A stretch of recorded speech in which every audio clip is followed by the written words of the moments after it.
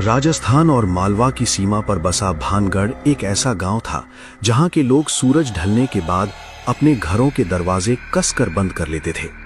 गांव के पश्चिमी छोर पर एक वीरान पहाड़ी थी और उस पहाड़ी की चोटी पर सीना ताने खड़ी थी ठाकुर संग्राम सिंह की 100 साल पुरानी काली हवेली। आज उस हवेली की लाल ईंटें काली पड़ चुकी थीं, छतों पर पीपल की जटाएं उगाई थीं और खिड़कियों के टूटे कांच किसी अंधे की आंखों जैसे लगते थे। लेकिन उसका खौफ गांव के बच्चे बच्चे की रगों में आज भी जिंदा था। पूस महीने की कंपा देने वाली रात थी। गांव की चौपाल पर एक बड़ा सा अलाव सुलग रहा था, जिसके चारों तरफ कोहरा लिपटा हुआ था। अलाव के पास गांव का सबसे क्रूर साहूकार लाला रतन लाल। अलाव की दूसरी तरफ जमीन पर बैठा था किशन, एक 30 साल का सीधा साधा, मेहनती लेकिन कर्ज में पूरी तरह डूबा हुआ गरीब किसान। ठंड और डर से उसका शरीर कांप रहा था। लाला जी, मेरे बापू ने आपसे सिर्फ 200 रुपए लिए थे।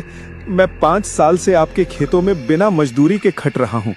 कल अगर आपने मेरी वो जमीन और बैल छीन लिए तो मेरी बूढ़ी माँ और पत्नी जीते जी मर जाएंगी। मुझ पर थोड़ा रहम खाइए। लाला रतन लाल ने अपने हुक्के का गाढ़ा धुआं सीधे किशन के चेहरे पर छोड़ दिया। उसकी आंखों में लालच और क्रूरता साफ झलक रही थी। वो जानता था कि किशन की जमीन बहुत उपजाऊ है और उसे हथियाने के लिए वो किसी भी हद तक जा सकता है। अलाव की रोशनी में लाला का चेहरा किसी शैतान जैसा लग रहा था। उसने अपनी मूंछों पर ताव दिया और एक ऐसी शर्त रखी जिसने पूरी चौपाल में सन्नाटा ला दिया। लाला रतन लाल के बही खाते में रहम नहीं होता किशन, पर हां, अगर तू आज रात भानगढ़ की उस काली हवेली में रुककर ठाकुर की चांदी की छड़ी ले आए तो तेरा सारा कर्ज माफ कर दूंगा। चांदी की छड़ी और हवेली का नाम सुनते ही पास बैठे गांव के सबसे बुजुर्ग काका सीताराम के चेहरे का रंग उड़ गया। आग में जलती लकड़ी के चटकने की आवाज भी अब भयानक लगने लगी थी। हवा का एक बर्फीला झोंका आया जिससे अलाव की लपटें कांप उठीं। काका सीताराम जानते थे कि भानगढ़ की हवेली में रात गुजारने का मतलब सीधे मौत के मुंह में जाना है। पिछले साल भी एक नौजवान वहां गया था और सुबह उसकी लाश ही बाहर आई थी। लाला, तू इस गरीब लड़के को मौत के कुएं में धकेल रहा है। किशन, तू इसकी बातों में मत आ। जमीन चली जाए तो सूखी रोटी खा लेना, पर उस चुड़ैल चंपा की हवेली में मत जाना। वो किसी को जिंदा नहीं छोड़ती। किशन के दिमाग में एक भयंकर द्वंद्व चल रहा था। एक तरफ भूख और गरीबी की धीमी मौत थी और दूसरी तरफ हवेली का वो खौफनाक साया। उसे अपने बापू का चेहरा याद आया, जिन्होंने मरते वक्त खेत की मिट्टी उसके हाथों में रखकर उसे कभी न बेचने की कसम ली थी। किशन ने अपनी धोती कसकर बांधी। उसकी आंखों में अब खौफ की जगह एक हताश आदमी की हिम्मत आ गई थी। उसने लाला की तरफ देखा। काका, जमीन गई तो मेरे पास बचेगा ही क्या? मेरी माँ उसी मिट्टी को पूछती है। लाला जी, आप सुबह सूरज निकलते ही उस चांदी की छड़ी का इंतजार करना। किशन तेज कदमों से अपनी छोटी सी झोंपड़ी की तरफ मुड़ गया। जब उसने अपनी पत्नी राधा को लाला की शर्त के बारे में बताया, वो जानती थी कि हवेली से रात को औरतों के रोने और पायल छनकने की डरावनी आवाजें आती हैं। उसने किशन को रोकने की बहुत कोशिश की। आप पागल हो गए। हम दोनों मिलकर किसी के खेत में मजदूरी कर लेंगे। मैं आपको उस मौत की हवेली में नहीं जाने दूंगी। हाथ जोड़ती हूँ, रुक जाइए। किशन ने अपनी लाठी पर सरसों का तेल मला और लालटेन में केरोसिन पूरा भर दिया। वो अपनी पत्नी के आंसू पोंछ ही रहा था कि दरवाजे पर काका सीताराम आ खड़े हुए। उनके हाथ में एक छोटी सी काले कपड़े की पोटली थी। काका का चेहरा बहुत गंभीर था। उन्होंने वो पोटली किशन के हाथों में रख दी और उसे उस हवेली के काले इतिहास और बचाव के तरीके के बारे में बताना शुरू किया। बेटा, खाली हाथ मत जा। इस पोटली में शमशान की राख, पीली सरसों और एक लोहे की कील है। तू जिस कमरे में रुकेगा उसकी चौखट पर इस राख की लकीर खींच देना और कील गाड़ देना। कोई बुरी ताकत अंदर नहीं आ पाएगी। काका ने किशन को 3 सख्त नियम बताए। पहला, चाहे कुछ भी हो जाए, रात भर कमरे से बाहर मत निकलना। दूसरा, अगर हवेली में कोई अपनी जानी पहचानी आवाज देकर बुलाए तो पलटकर जवाब मत देना।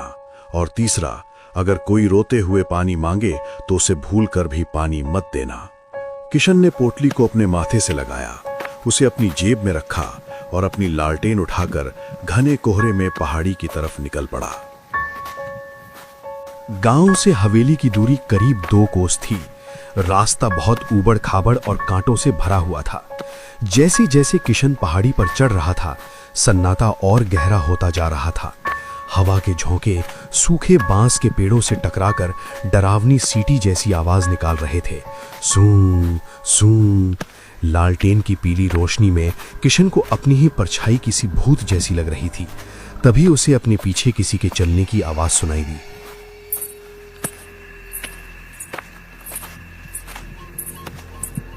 किशन जी, मुझे घर ले चलिए। मुझे यहाँ बहुत डर लग रहा है। मेरे पैर में कांटा चुभ गया है। किशन का कलेजा मुंह को आ गया। यह आवाज हूबहू उसकी पत्नी राधा की थी। उसका मन किया कि वो मुड़कर देखे और अपनी राधा को गले लगा ले, लेकिन तभी उसे काका सीताराम की चेतावनी याद आ गई कि वो छलावा है, मुड़कर जवाब मत देना। नहीं, राधा घर पर है। ये सिर्फ मेरे दिमाग का वहम है। मुझे मुड़कर नहीं देखना है। जय बजरंगबली। किशन ने आंखें बंद की, पसीना पहुंचते हुए हनुमान चालीसा का पाठ शुरू किया और अपनी चाल दुगनी कर दी। कुछ ही देर में वो पहाड़ी की चोटी पर पहुंच गया, जहां हवेली खड़ी थी। हवेली का मुख्य दरवाजा 15 फुट ऊंचा था, जिस पर लोहे के बड़े बड़े कांटे और जंग खाई हुई एक भारी जंजीर लटती थी। अंदर से एक अजीब सी सड़ी हुई गंध आई, जैसे पुराने सूखे गुलाबों में किसी ने सड़ा हुआ मांस मिला दिया हो। किशन ने हवेली की दहलीज लांघी। हे भगवान, कितनी भयंकर बदबू है। मुझे जल्दी से दूसरी मंजिल पर वो कमरा ढूंढना होगा और छड़ी लेनी होगी। किशन हवेली के विशाल आंगन में दाखिल हुआ। आसमान में चांद बादलों के पीछे छिप चुका था। किशन अभी आंगन के बीच में ही था कि अचानक उसके पीछे से हवेली का वो भारी मुख्य दरवाजा अपने आप बहुत जोर से बंद हो गया। धड़ाम। अब किशन पूरी तरह से उस शापित हवेली में कैद हो चुका था। घबराहट के बावजूद किशन ने खुद को संभाला। वो सामने लकड़ी की चौड़ी सीढ़ियों से दूसरी मंजिल की तरफ चढ़ने लगा। हर कदम पर लकड़ी बुरी तरह चरमरा रही थी। ऊपर पहुंचते ही एक लंबी गैलरी थी और आखिर में ठाकुर का मुख्य कमरा था। किशन ने दरवाजा खोला। लालटेन की रोशनी में उसने देखा कि धूल से सनी एक पुरानी मेज पर शेर के मुंह वाली वो चांदी की छड़ी रखी हुई थी। मिल गई, मेरी जमीन बच गई। अब बस मुझे सुबह तक इस कमरे में जिंदा रहना है। किशन ने तुरंत काका सीताराम की दी हुई पोटली निकाली। उसने दरवाजे की दहलीज पर शमशान की राख और पीली सरसों की एक मोटी लकीर खींच दी। फिर अपना भारी जूता निकालकर उस लोहे की कील को चौखट के किनारे जोर जोर से ठोक दिया। अपना सुरक्षा घेरा बनाने के बाद रात के करीब 12 बज रहे थे और हवेली में मुर्दों जैसी खामोशी थी। लेकिन यह खामोशी ज्यादा देर नहीं टिक पाई। अचानक हवेली के बिल्कुल निचले हिस्से यानी अंधेरे तहखाने से एक आवाज आनी शुरू हुई।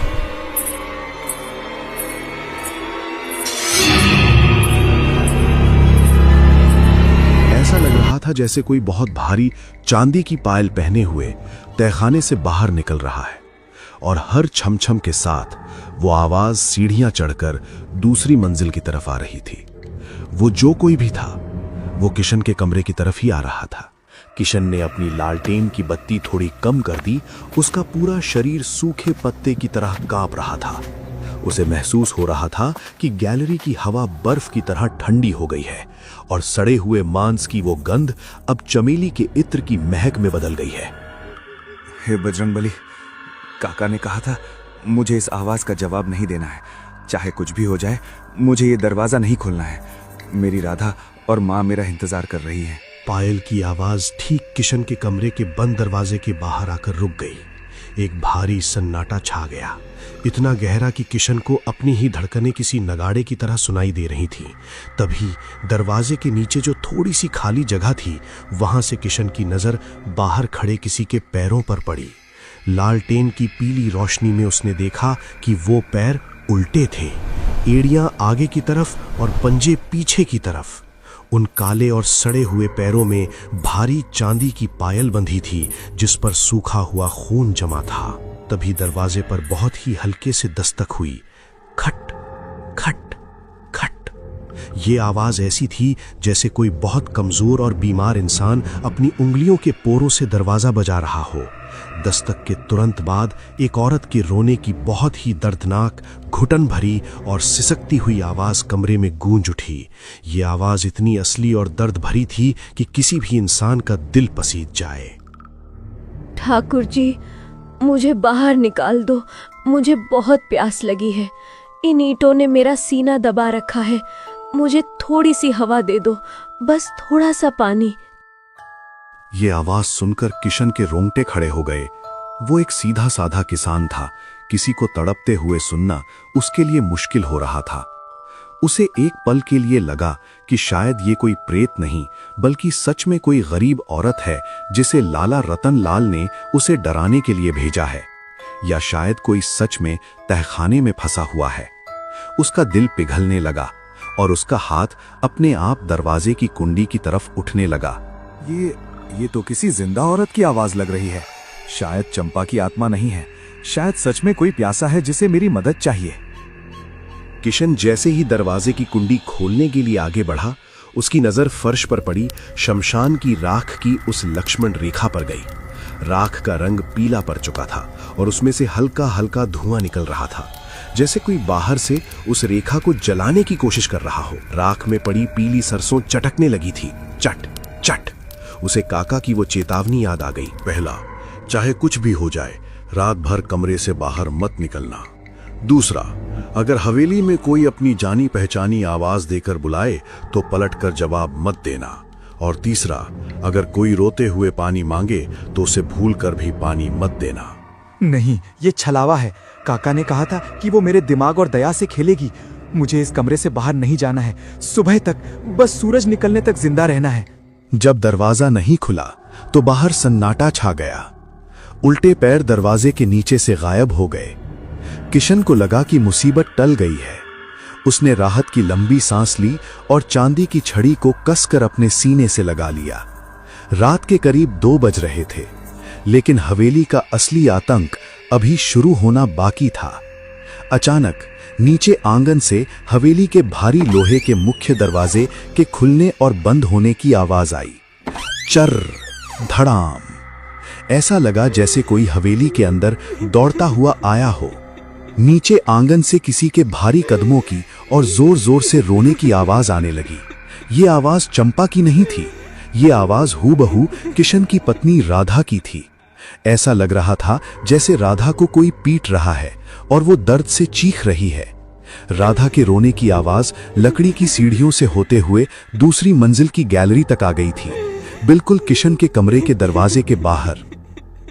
किशन जी, दरवाजा खोलिए। लाला के गुंडों ने घर पर हमला कर दिया है। उन्होंने माँ को मार दिया है और अब वो मेरे पीछे पड़े हैं। मुझे बचा लीजिए, दरवाजा खोलिए। ये सुनते ही किशन के शरीर में जैसे करंट दौड़ गया। उसका खून खौल उठा। लाला रतन लाल की क्रूरता वो अच्छी तरह जानता था। उसे लगा कि लाला ने धोखा दिया है और उसकी गैर मौजूदगी में उसके परिवार पर हमला कर दिया है। एक पल के लिए किशन भूल गया कि वो भानगढ़ की काली हवेली में है। उसे सिर्फ अपनी राधा की चीखें सुनाई दे रही थी। दरवाजा खोलो, वो मुझे मार डालेंगे। उस कुत्ते लाला की इतनी हिम्मत, उसने मेरी मां पर हाथ उठाया। राधा, डरो मत, मैं आ रहा हूं। मैं इन सबको इसी हवेली में जिंदा गाड़ दूंगा। किशन पागलों की तरह दरवाजे की तरफ भागा। उसने बिना सोचे समझे कुंडी पकड़ ली और झटके से दरवाजा खोल दिया। लेकिन जैसे ही दरवाजा खुला, सामने का नजारा देखकर किशन के पैरों तले जमीन खिसक गई। गैलरी में घुप अंधेरा था। वहां कोई राधा नहीं थी, कोई लाला के गुंडे नहीं थे। वहां सिर्फ एक काली, लंबी और सड़ी हुई आकृति हवा में तैर रही थी। उस आकृति ने एक फटी हुई सफेद साड़ी पहनी थी जो खून से लथपथ थी। उस आकृति का चेहरा उसका कोई चेहरा ही नहीं था। जहां आंखें, नाक और मुंह होने चाहिए थे, वहां सिर्फ एक गहरा काला और सड़ा हुआ गड्ढा था जिसमें से कीड़े गिर रहे थे। ये राधा नहीं, चंपा की आत्मा थी, जो अपनी असली और खौफनाक शक्ल में किशन के सामने थी। किशन पीछे हटा, लेकिन तब तक बहुत देर हो चुकी थी। तूने दरवाजा खोल दिया किशन। मेरी प्यास पर दया नहीं आई, पर अपनी पत्नी की आवाज पर बाहर आ गया। अब तू भी मेरे साथ इसी दीवार में दफन होगा। वो आत्मा हवा में तैरती हुई किशन की तरफ झपटी। मेरा सीना। हे भगवान, काका ने सही कहा था, ये छलावा है। मैंने दरवाजा क्यों खोला? आत्मा कमरे के अंदर घुसने ही वाली थी कि तभी चौखट पर पड़ी शमशान की राख और पीली सरसों की लकीर ने अपना काम किया। जैसे ही आत्मा का साया उस लकीर पर पड़ा, एक नीली रंग की आग भभक उठी। भक, राख से मंत्रों की गूंज उठी और आत्मा दर्द से चिंघाड़ती हुई पीछे गैलरी में जा गिरी। उसका शरीर उस राख की रेखा को पार नहीं कर सका। ये आग मुझे हमेशा के लिए नहीं रोक सकती। मैं इस पूरी हवेली की मालकिन हूँ। तू सुबह का सूरज जिंदा नहीं देख पाएगा। किशन ने जल्दी से दरवाजा बंद किया और अंदर से कुंडी लगा दी। उसका पूरा शरीर कांप रहा था। सीने पर जहां आत्मा का हाथ लगा था, वहां उसके कुर्ते पर एक काला जला हुआ निशान बन गया था और उसकी त्वचा झुलस गई थी। किशन कमरे के कोने में सिकुड़ कर बैठ गया। बजरंगबली, मुझे माफ कर दो। मैंने बहुत बड़ी गलती कर दी। राधा ठीक होगी, ये बस मेरे दिमाग से खेल रही है। मुझे सुबह का इंतजार करना है, बस कुछ घंटे और। रात के 3 बज चुके थे। हवेली का माहौल अब और भी दम घोटू हो गया था। बाहर गैलरी से आत्मा की आवाजें आनी बंद हो गई थीं। किशन को लगा कि शायद राख के घेरे ने उसे हमेशा के लिए डराकर भगा दिया है। उसने राहत की सांस ली, लेकिन हवेली का असली आतंक दरवाजे के बाहर नहीं, बल्कि दीवारों के अंदर छिपा था। कमरे में एकदम सन्नाटा था। ठाकुर ने मुझे दीवार में चुना था, आज मैं तुझे इस दीवार में चुनूंगी। ईंटों के बीच सांस घुटने का दर्द कैसा होता है, अब तू महसूस करेगा। किशन के पास भागने का कोई रास्ता नहीं था। उसे अपनी मौत बिल्कुल सामने नजर आ रही थी। उसकी सांसें उखड़ने लगी थीं और खिसकती ईंटों की धूल उसके फेफड़ों में भर रही थी। हे भगवान, मैं ऐसे नहीं मर सकता। मेरी राधा भूखी मर जाएगी। रुक जाओ चंपा, मुझे छोड़ दो। मैं ठाकुर नहीं हूं, मैं एक गरीब इंसान हूं। गरीब? तुम इंसानों की गरीबी और दया सब झूठी है। जब ठाकुर ने मुझे यहाँ गाड़ा था, तब भी कोई मेरी चीखें सुनकर नहीं आया था। तुम सब स्वार्थी हो। आज तू भी इसी अंधेरे में तड़प तड़प कर मरेगा, जैसे मैं मरी थी। तभी अंधेरे में किशन के हाथ से चांदी की छड़ी फिसलकर जमीन पर गिर गई। छनन। उस छड़ी के गिरते ही एक अजीब सी चमक कमरे में फैल गई। किशन की नजर उस छड़ी पर पड़ी। ये छड़ी चमक क्यों रही है? काका ने कहा था कि इस छड़ी में ठाकुर का बहुत घमंड था। शायद इसमें कोई राज है। को जोर से घुमाया। कट। छड़ी का ऊपरी हिस्सा खुल गया और उसके अंदर से लोहे की एक पुरानी जंग खाई हुई चाबी नीचे गिर पड़ी। चाबी? ठाकुर की छड़ी के अंदर चाबी क्यों छिपी है? ये जरूर तहखाने के उस ताले की चाबी होगी जहां चंपा को गाड़ा गया था। चाबी के बाहर आते ही कमरे का माहौल अचानक बदल गया। खिसकती हुई दीवारें जहां थीं वहीं रुक गईं। छत नीचे आना बंद हो गई। चंपा की आत्मा की चीखें, जो अभी तक गुस्से में थीं, अब एक अजीब सी दर्दनाक और सिसकती हुई पुकार में बदल गईं। ये चाबी, ठाकुर ने मेरी मौत के बाद इस चाबी को छिपा दिया था, ताकि मेरी हड्डियों को कभी सूरज की रोशनी न मिल सके। मुझे खोल दो किशन, मुझे इस अंधेरे से निकाल दो। कमरे का दरवाजा जो ईंटों में बदल चुका था, अब वापस लकड़ी के दरवाजे में बदल गया और जोर से खुल गया। चरर धड़ाम। बाहर गैलरी में सुबह की हल्की सी नीली रोशनी डॉन खिड़कियों से अंदर आ रही थी। मुर्गे की बांग दूर गांव से सुनाई दी। रात का खौफ खत्म हो रहा था। किशन पसीने और खून से लथपथ था, लेकिन वो समझ गया था कि चंपा की आत्मा उसे मारना नहीं बल्कि अपनी मुक्ति चाहती थी। चंपा, मैं तुम्हारी हड्डियां यहां सड़ने नहीं दूंगा। मैं तुम्हें आज सूरज की रोशनी दिखाऊंगा और तुम्हारा अंतिम संस्कार करूंगा। ये एक गरीब किसान का वादा है। किशन लड़खड़ाता हुआ सीढ़ियों से नीचे आंगन में आया।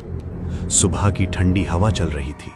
उसने हवेली के बाहर आकर पहाड़ी के नीचे एक साफ जगह पर लकड़ियां इकट्ठी की। उसने चंपा की हड्डियों को चिता पर रखा और मंत्र पढ़ते हुए आग लगा दी। भभक, आग की लपटें आसमान की तरफ उठने लगीं। धुएं के बीच से किशन को एक पल के लिए एक सफेद साड़ी वाली लड़की मुस्कुराती और हाथ जोड़ती हुई दिखाई दी, जो फिर हवा में विलीन हो गई। हवेली का खौफनाक सन्नाटा अब शांति में बदल गया था। सुबह के 8 बज चुके थे। भानगढ़ की चौपाल पर लाला रतन लाल अपने गुंडों के साथ अलाव ताप रहा था।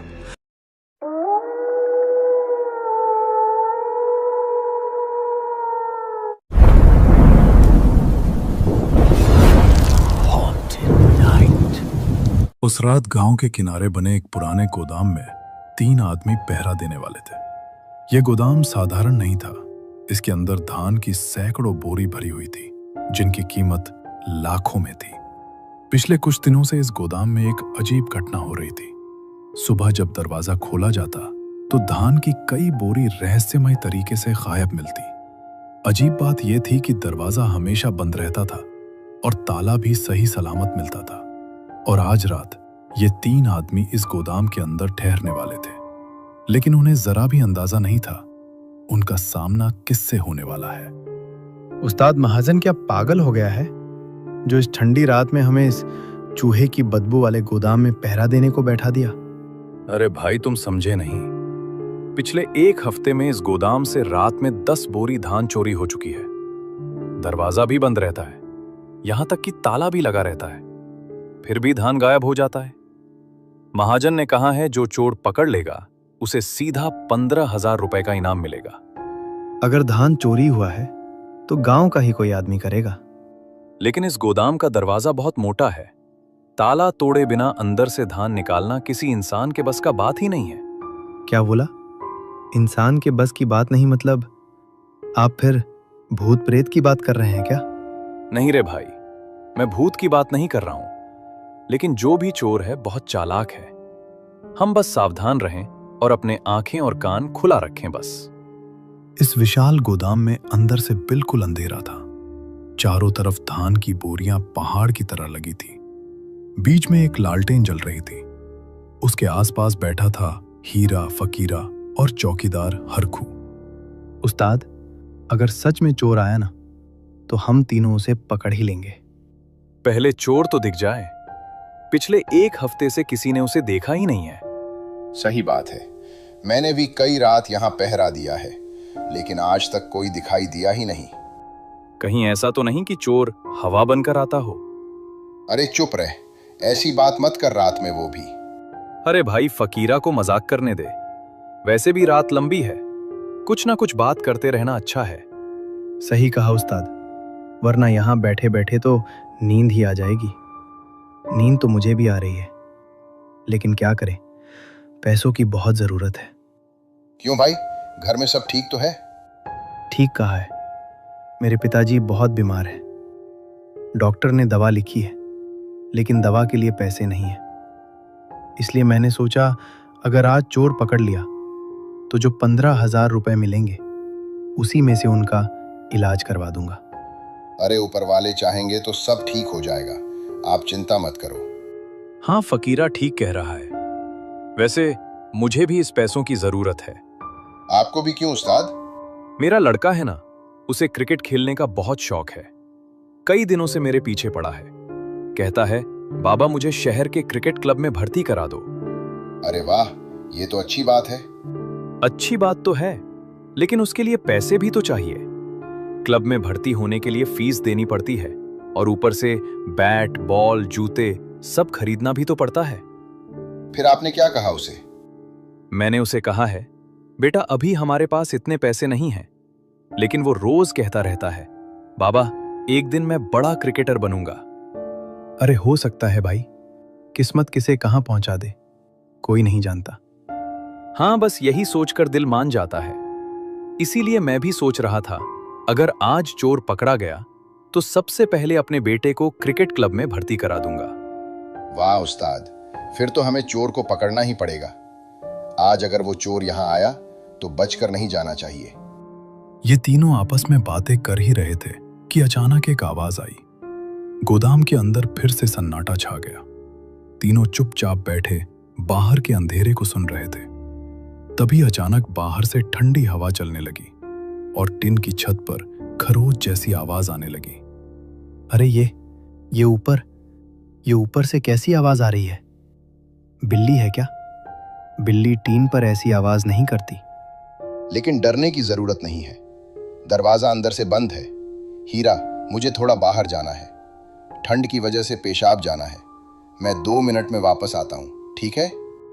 अरे भाई, इतनी रात में बाहर मत जाइए। अरे 2 मिनट की बात है, मैं चौकीदार हूँ। मुझे भूत से डराओगे? दरवाजा खोलो, चलो।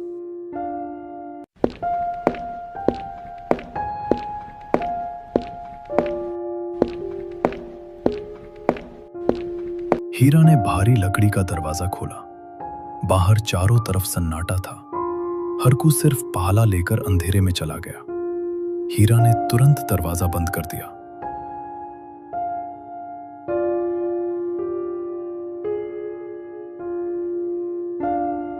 उस्ताद, मुझे अच्छा नहीं लग रहा। अगर चोर ने हरखू भाई पर हमला कर दिया तो? हरखू अकेला नहीं है, उसके पास भाला है। तू चुपचाप बैठा रहे, कुछ नहीं होगा। ठीक 5 मिनट बाद दरवाजे पर 3 बार दस्तक हुई। ए हीरा भाई, दरवाजा खोलो, मैं हरखू हूँ। हीरा ने दरवाजा खोला। हरखू अंदर आया।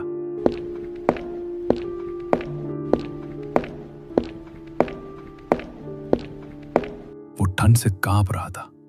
क्या हुआ भाई? चोर दिख गया क्या? इतना कांप क्यों रहे? नहीं, बहुत ठंड है बाहर और अमरूद के पेड़ के नीचे अजीब बदबू आ रही थी। हीरा ध्यान से हरखू को देखने लगा। उसे याद आया, हरखू भाला लेकर बाहर गया था, लेकिन अब उसके हाथ में भाला नहीं था और उसके पैरों में मिट्टी भी नहीं थी, जबकि बाहर सीत के मतलब से मिट्टी गीली पड़ी थी। अरे तुम्हारा भाला कहाँ है? वो तो मैं वो बाहर पेड़ के पास रखा आया, भूल गया, सुबह ले लूंगा, कोई दिक्कत नहीं है। हीरा समझ गया, ये असली हरकू नहीं है। कोई रूप बदलने वाला पिशाच हरकू बनकर अंदर आ चुका था।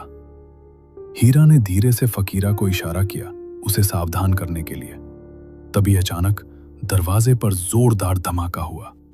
ए हीरो भाई, दरवाजा खोलो, मुझे बचाओ, मेरे पीछे कोई आ रहा है, जल्दी दरवाजा खोलो। यह देखकर दोनों के होश उड़ गए। कमरे में सन्नाटा छा गया। फकीरा डर से जम गया। एक बार बाहर दरवाजे की तरफ देखता, एक बार सामने बैठे हरकू को। उस्ताद, अगर बाहर असली हरकू है तो हमारे सामने बैठा ये कौन है? बाहर तो तेरी ही आवाज आ रही है हरकू। क्या तू 2 बन गया है? माधुर पर बैठा हरकू धीरे धीरे सिर उठाता है। उसकी आंखें अब इंसानों जैसी नहीं थी, वे सफेद और शीशे जैसी चमक रही थी। दरवाजा खोल दे हीरा, तेरा असली हरकू बाहर है, फिर तुम तीनों को एक साथ पकड़ कर खाऊंगा। बाहर असली हरकू अभी भी दरवाजा पीट रहा था। अंदर पिशाच भयानक हंसी हंस रहा था। दोनों तरफ खतरा था।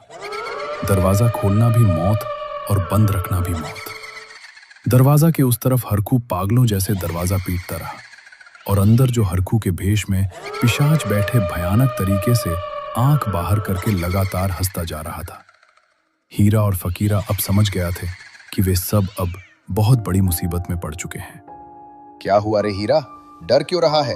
दरवाजा खोल, देख तेरा चौकीदार बाहर ठंड में रो रहा है, जा। अरे बाप रे उस्ताद, उसके नाखून देखो कितने बड़े हैं। हमें बचाओ उस्ताद। लेकिन हीरा डरा नहीं। उसकी आंखें तेज हो गई। उसने पूरे गोदाम को ध्यान से देखा। दाईं तरफ छत के पास लगभग 15 फुट ऊंची धान की बोरियों का ढेर था। उसे एक मोटे बांस से सहारा दिया गया था। हीरा के दिमाग में एक योजना आ गई। किसी तरह उसने अपने डर को छुपाकर हिम्मत जुटाकर बोला, अरे फकीरा, तू बेकार डर रहा है। असली हरक तो यही है, बाहर वाला असली भूत है। उस्ताद, आप पागल हो गए हैं क्या? उसकी आंखें देखिए, कैसी भयानक सी दिख रही है। चुप, जो कह रहा हूं वही कर। हाँ, अरे फकीरा, बाहर जो खड़ा है ना, वही असली भूत है, और हमारे सामने जो बैठा है वो हमारा असली हरखू भाई है। तू ज्यादा दिमाग मत लगा, ठीक है?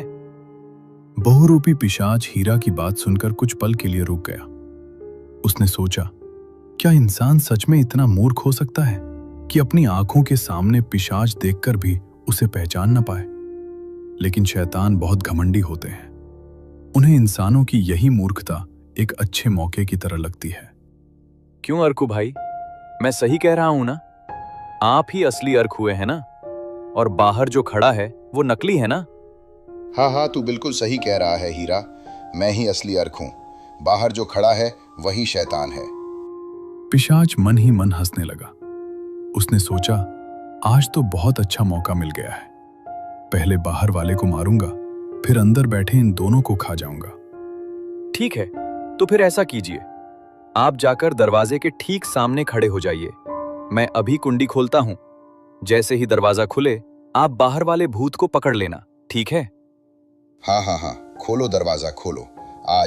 आज उस बाहर वाले को मैं जिंदा नहीं छोड़ूंगा। पिशाच दरवाजे के सामने जाकर खड़ा हो गया। उसके पीछे 15 फुट ऊंची बोरियों का ढेर था। हीरा धीरे से दरवाजे के पास गया और आंखों से फकीरा को इशारा किया। फकीरा, मैं 3 तक गिनूंगा, तू बस बांस को पकड़कर पूरी ताकत से खींच देना। लेकिन उस्ताद, ऐसा किया तो धान की सारी बोरियां गिर जाएंगी। हाँ, और वो सीधे उसके सर पर गिरेगा। पिशाच अपने बड़े बड़े नाखून वाले हाथ दरवाजे की तरफ बढ़ाकर खड़ा था। हरकू भाई, तैयार हो? मैं खोल रहा हूं। 1, 2।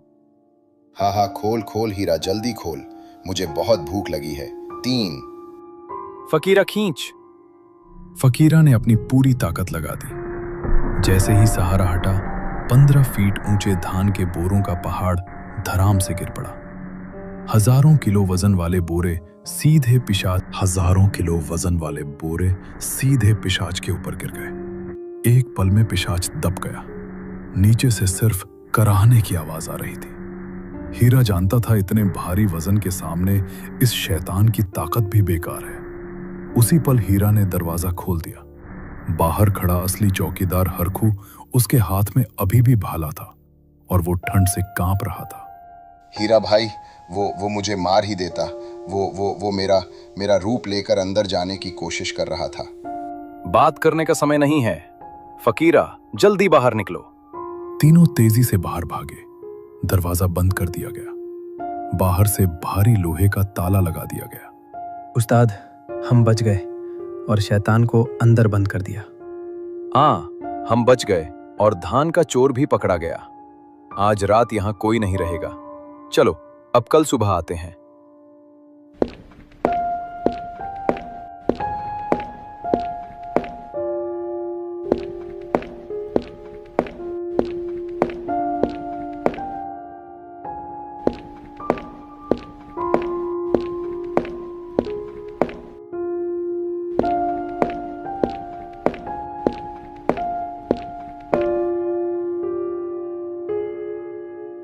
अरे हीरा, तूने कहा था चोर अंदर है, पर अंदर तो सिर्फ धान के बुरे हैं। फकीरा ने एक एक करके बुरे हटाए और नीचे देखकर सब चौंक गए। वहां एक विशाल मरा हुआ जंगली बिल्ली जैसा जानवर पड़ा था। उसके पंजे बहुत ही बड़े बड़े थे और आंखें पीली। महाजन जी, यही जानवर पिछले 1 हफ्ते से इंसान का रूप लेकर धान खा रहा था, लेकिन कल रात ये बोरे के नीचे दबकर मर गया। शाबाश हीरा, तूने सिर्फ मेरा धान नहीं, गांव वालों की जान भी बचाई। तुझे 15,000 रुपए का इनाम मिलेगा। फकीरा खुशी मन से हीरा के पास आकर खड़ा हुआ और चौकीदार हरखू अभी भी आश्चर्य होकर उस जंगली बिल्ली को देखता जा रहा था। उस्ताद, आपकी इतनी अकल है, ये पहले नहीं पता था। आपने भूत को भी बेवकूफ बना दिया। और इस तरह हीरा की समझदारी ने खतरनाक बहुरूपी का अंत कर दिया। लेकिन क्या वो सच में सिर्फ एक जानवर था या कुछ और? आपको क्या लगता है? कमेंट्स में बताइए।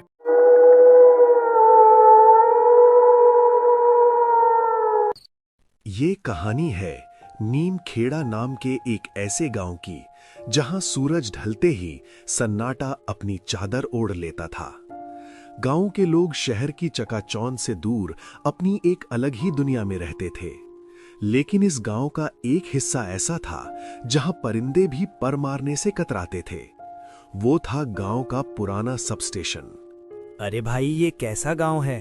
अभी शाम के 7 भी नहीं बजे और ऐसा लग रहा है जैसे आधी रात हो गई हो। मोबाइल का नेटवर्क भी चला गया और अब ये बिजली भी गुल हो गई। समीर, जो शहर से इस गांव में बिजली की व्यवस्था सुधारने आया एक युवा इंजीनियर था, तभी उसे बाहर से कुछ लोगों की हंसने बोलने की आवाजें आईं। वो बाहर निकला।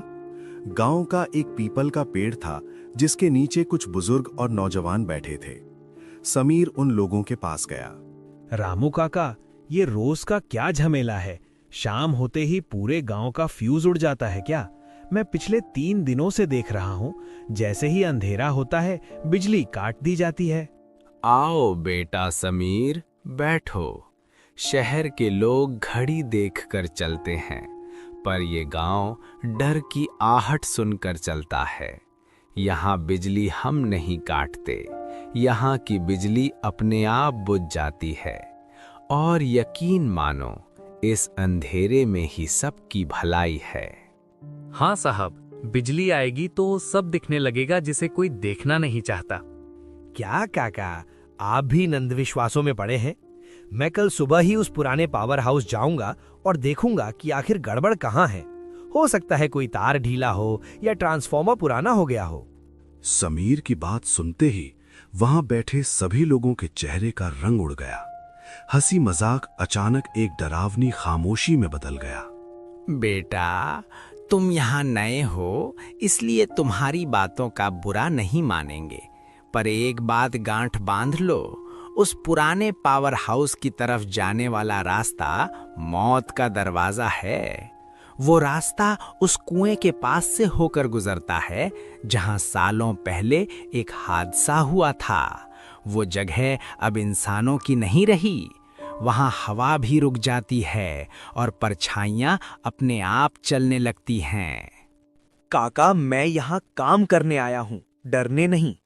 कल सुबह मैं वहां जाऊंगा और आप देखेंगे कि शाम को पूरा गांव रोशनी से जगमगाएगा। समीर वहां से पैर पटकता हुआ अपने क्वार्टर की तरफ चल दिया। उसे लग रहा था कि गांव वाले आलसी हैं और काम न करने के बहाने बना रहे हैं। उसने अपने कमरे में जाकर दरवाजा बंद किया। बाहर हवा तेज होने लगी थी। खिड़की के पुराने शीशे खड़खड़ा रहे थे। समीर ने सोने की कोशिश की, पर उसे बार बार ऐसा लग रहा था जैसे कोई उसके कमरे के बाहर नंगे पैर चल रहा हो, जैसे कोई गीले पैरों से बरामदे में टहल रहा हो। समीर उठा, उसने दरवाजा खोला और बाहर झांका। वहां कोई नहीं था सिवाय दूर जलती हुई एक अकेली मशाल के, जो गांव के आखिरी छोर पर धीरे धीरे हिल रही थी। उसे लगा शायद कोई ग्रामीण होगा। वो वापस आकर लेट गया, पर जैसे ही उसकी आंख लगी उसे एक बहुत ही ठंडी फुसफुसाहट सुनाई दी। साहब, क्या आप मेरी मदद करेंगे? मेरी माँ बहुत बीमार है। समीर हड़बड़ा कर उठा। पूरा कमरा खाली था। दिल की धड़कन तेज हो चुकी थी। उसने सोचा शायद ये उसका वहम है, पर तभी उसके दरवाजे पर 3 धीमी दस्तकें हुईं। समीर बिस्तर पर बैठा हुआ था। तभी दरवाजे पर फिर से वही 3 दस्तकें हुईं। इस बार आवाज पहले से ज्यादा साफ और नजदीक थी। समीर ने कांपते हाथों से कुंडी खोली। सामने एक युवक खड़ा था। उसका चेहरा इतना सफेद था मानो उसमें खून की एक बूंद भी न बची हो। कौन हो तुम? इतनी रात को यहां क्या कर रहे हो? तुम्हें पता नहीं कि ये सरकारी क्वार्टर है? साहब, माफ करना, मेरा नाम सोमेश है। मैं पास के ही खेत वाले घर से आया हूं। मेरी माँ की तबीयत बहुत खराब है। उन्हें तेज बुखार है और सांस लेने में तकलीफ हो रही है। इस बारिश में कोई मेरी मदद नहीं कर रहा। सबने अपने दरवाजे बंद कर लिए हैं। साहब, मैंने सुना है आप शहर से आए हैं। आपके पास दवाइयाँ होंगी, कृपया मेरे साथ चलिए। समीर को एक पल के लिए अजीब लगा, पर एक बेबस बेटे की पुकार सुनकर उसका दिल पसीज गया। उसे रामू काका की बातें याद आईं, पर उसने सोचा कि शायद कोई वाकई मुसीबत में है। देखो सोमेश, मैं डॉक्टर नहीं हूं, मैं तो यहाँ बिजली का काम देखने आया हूं। पर हाँ, मेरे पास प्राथमिक उपचार की किट है। तुम डरो मत, मैं लेकर आता हूं। क्या तुम्हारा घर बहुत दूर है? नहीं साहब, बस उस पुरानी पगडंडी के पार, जहाँ वो पुराना कुआं है। हम पगडंडी से जाएंगे तो जल्दी पहुंच जाएंगे। बस आप जल्दी चलिए साहब, वक्त बहुत कम है। समीर अंदर जाकर कुछ दवाएं अपनी जेब में डाल लीं और सोमेश के पीछे पीछे चल दिया। जैसे ही वे क्वार्टर से बाहर निकले, सन्नाटा और गहरा हो गया। गांव की गलियां सुनसान थीं। सोमेश आगे आगे चल रहा था और अजीब बात यह थी, सोमेश के चलने की कोई आवाज नहीं आ रही थी। समीर को अपनी भारी चप्पल की आवाज सुनाई दे रही थी, पर सोमेश जैसे हवा में तैर रहा हो। वे धीरे धीरे उस पुराने सब स्टेशन वाले रास्ते की ओर बढ़ने लगे। वो रास्ता घने पेड़ों से घिरा हुआ था। पेड़ों की टहनियां हवा में ऐसे हिल रही थीं जैसे कोई विशाल हाथ उन्हें रोकने की कोशिश कर रहा हो। सोमेश, तुम लोग इस सुनसान इलाके में क्यों रहते हो? यहाँ तो बिजली के खंभे भी पुराने हैं। कल मैं इसी इलाके का मुआयना करने वाला था। साहब, हम वहां रहते नहीं हैं, हम वहां बंधे हुए हैं बरसों से। उस कुएं ने हमें कहीं जाने ही नहीं दिया। आप बस चलते रहिए, रास्ता थोड़ा कठिन है। तभी अचानक समीर को झाड़ियों में हलचल महसूस हुई। दोनों ने पीछे मुड़कर देखा। दूर अंधेरे में उसे दो चमकती हुई आंखें दिखाई दीं। उसे लगा कोई जानवर होगा, पर तभी उसे इंसानी फुसफुसाहट सुनाई दी। एक और शिकार, आज फिर कोई इस रास्ते पर आया है। सोमेश, ये आवाजें कहाँ से आ रही हैं? आवाजों पर ध्यान मत दीजिए साहब, वो तो बस भटके हुए लोग हैं। हम पहुंच गए हैं। देखिए, वो रहा मेरा घर। समीर ने सामने देखा। एक पुराना घर दिखाई दे रहा था। घर के बाहर एक पुराना बिजली का खंभा टेढ़ा होकर गिरा हुआ था। समीर जैसे ही उस घर के आंगन में पहुंचा, उसे एक बहुत तेज सड़न की बदबू आई। ऐसी बदबू जैसे कोई चीज महीनों से वहां मरकर सड़ रही हो। साहब, अंदर चलिए, माँ अंदर इंतजार कर रही है। और याद रखिएगा, अंदर जो भी देखें घबराइएगा मत, वो बस हमारी मजबूरी है। समीर का मन कह रहा था कि यहां से भाग जाए, पर उसके पैर जैसे जमीन से चिपक गए थे। अंदर का नजारा देखकर समीर के हाथ पैर कांप गए। कमरे के कोने में जहां मकड़ी के जालों और धूल की एक मोटी परत जमा थी, कमरे के अंदर की हवा इतनी भारी और बदबूदार थी कि समीर को सांस लेने में भी तकलीफ हो रही थी। वो सड़न की महक अब असहनीय हो चुकी थी। एक पुरानी लकड़ी की खाट बिछी हुई थी, जिस पर एक सफेद चादर से ढकी हुई आकृति लेटी थी। सोमेश, कहाँ हो तुम? यहाँ इतनी बदबू क्यों है? और ये तुम्हारी माँ, क्या ये सो रही हैं? कमरे में कोई जवाब नहीं आया। सोमेश, जो अभी तक समीर के ठीक बगल में खड़ा था, अब गायब हो चुका था। तभी खाट पर लेटी हुई उस आकृति में हलचल हुई।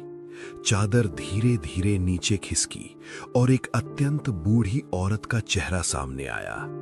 उसका चेहरा झुर्रियों से भरा हुआ था, आंखें धसी हुई थीं और रंगत बिल्कुल राख जैसी थी। उसने अपनी सूखी और पीली आंखें खोलीं और सीधे समीर की ओर देखा। आ गए बेटा? सोमेश कह रहा था कि शहर से कोई नया साहब आया है जो गांव का अंधेरा दूर करेगा। क्या तुम मेरा अंधेरा भी दूर कर दोगे? समीर के गले से आवाज नहीं निकल रही थी। उसके नाखून काले और लंबे थे और उसकी खाल हड्डियों से ऐसे चिपकी थी जैसे वो कोई कंकाल हो। जी माँ जी, सोमेश ने कहा कि आपकी तबीयत खराब है। उसे बुलाइए, मैं दवाइयाँ लाया हूँ। दवाई? अब दवाइयों का वक्त गुजर चुका है बेटा। अब तो सिर्फ हिसाब का वक्त है। देखो बाहर उस खंबे को। वो खंबा आज भी प्यासा है। बाहर वही टूटा हुआ खंभा जो सोमेश के घर के बाहर गिरा था, अब अजीब तरह से चमक रहा था। अचानक कमरे की दीवार पर सोमेश की परछाई दिखाई दी, पर सोमेश वहां खुद मौजूद नहीं था। साहब, आप सोच रहे होंगे कि मैं आपको यहां क्यों लाया। ये कोई घर नहीं है, ये एक जेल है। 2 साल पहले जब ये खंभा गिरा था, तब गांव के लोग तमाशा देख रहे थे। किसी ने बिजली काटने की कोशिश नहीं की। मैं यहां तड़पता रहा। मेरी माँ मुझे बचाने आई और वो भी इसी नीली बिजली की चपेट में आ गई। तो तुम लोग मर चुके हो। सोमेश, मुझे जाने दो। मेरा इसमें क्या कसूर है? मैं तो बस तुम्हारी मदद करने आया था।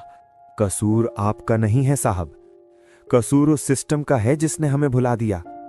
पर आज रात वो खंभा फिर से जिंदा होगा। उसे एक बलि चाहिए ताकि गांव की बिजली हमेशा के लिए लौट सके। मेरी मां को मुक्ति तभी मिलेगी जब कोई इस खंभे को अपने हाथों से छुएगा और सारा करंट